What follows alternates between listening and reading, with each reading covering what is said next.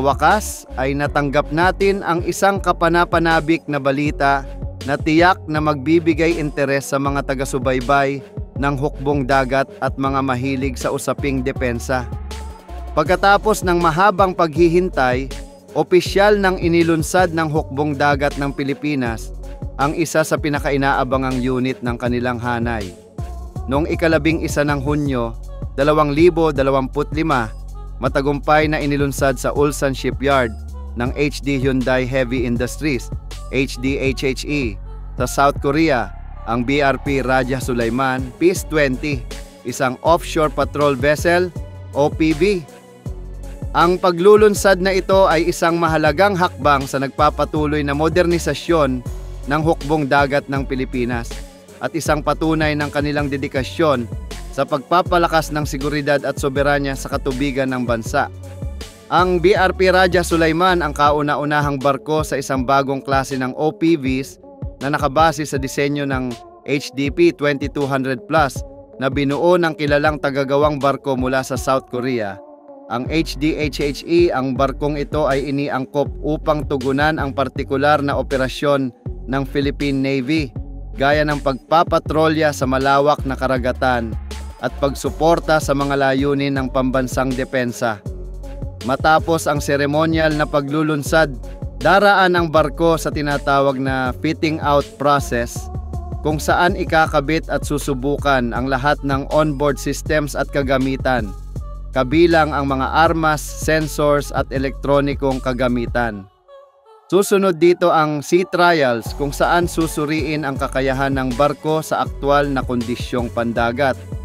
Inaasahang magaganap ang formal na paglalayag patungong Pilipinas sa huling bahagi ng 2025 o unang bahagi ng 2026, depende sa resulta ng mga pagsubok. Kumpirmado na ang BRP Raja Sulaiman ay may isa ng naka-instalong Aselsan Smash 30mm na Remote Controlled Weapon Station, RCWS. Sa video nakuha sa araw ng paglulunsad, malinaw na makikita ang isang smash system na nakalagay sa isang gilid ng barko. Batay sa karaniwang disenyo ng OPV at symmetrical na ayos ng barko, malamang na may tig-iisang smash RCWS sa kaliwa at kanang bahagi upang makapagbigay ng 300,000 degrees na close-range firepower coverage. Ang HDP 2200 plus OPV platform ay may mga katangiang kapaki-pakinabang gaya ng kakayahang magpatrolya sa mahabang distansya, matipid sa gasolina, at may kakayahang magsagawa ng iba't ibang uri ng misyon.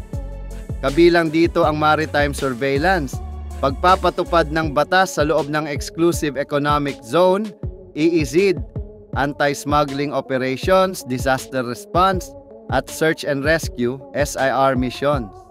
Ang makabago at flexible na disenyo nito ay nagbibigay rin ng pundasyon para sa mga upgrade o pag-angkop sa partikular na misyon sa hinaharap.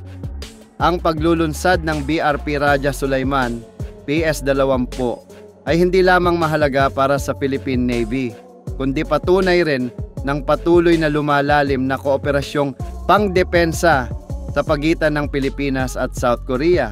Ang OPV na ito ay tumisimbolo ng isang bagong yugto ng kahandaan at presensyang pandagat para sa hukbong dagat ng Pilipinas, lalo na sa mga estratehikong lugar tulad ng West Philippine Sea.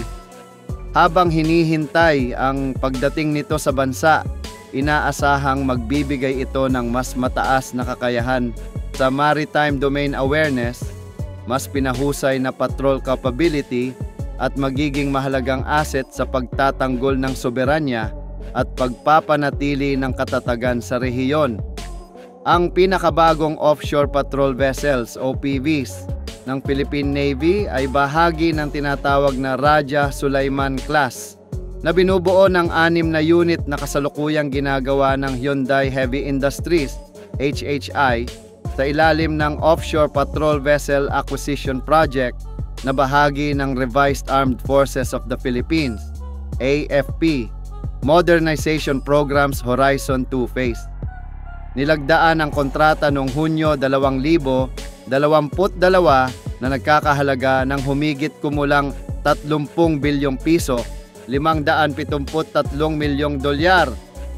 Ang mga Raja Sulaiman class OPVs ay inaasahang papalit sa matatandang barko mula pa sa panahon ng ikalawang digmaang pandaigdig tulad ng Miguel Malvar class at Rizal class upang mapalakas ang kakayahan ng hukbong dagat sa pagpapatrolya sa West Philippine Sea at iba pang katubigan ng bansa.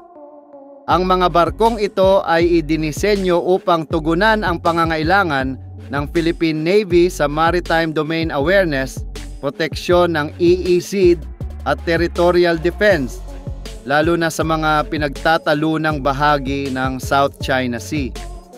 Isinasaalang-alang din sa disenyo nito ang mga aral na natutunan mula sa Jose Rizal class frigates, kaya't mas pinahusay ang performance at kakayahang umangkop sa iba't ibang operasyon ng hukbong dagat.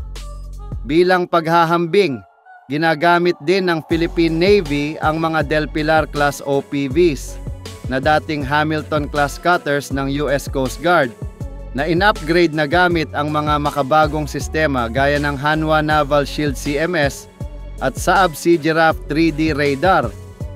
Gayunpaman, mas matanda na ang mga ito. May displacement na 3,200 at 50 tons at mas limitado ang armas kumpara sa bagong Raja Sulaiman class.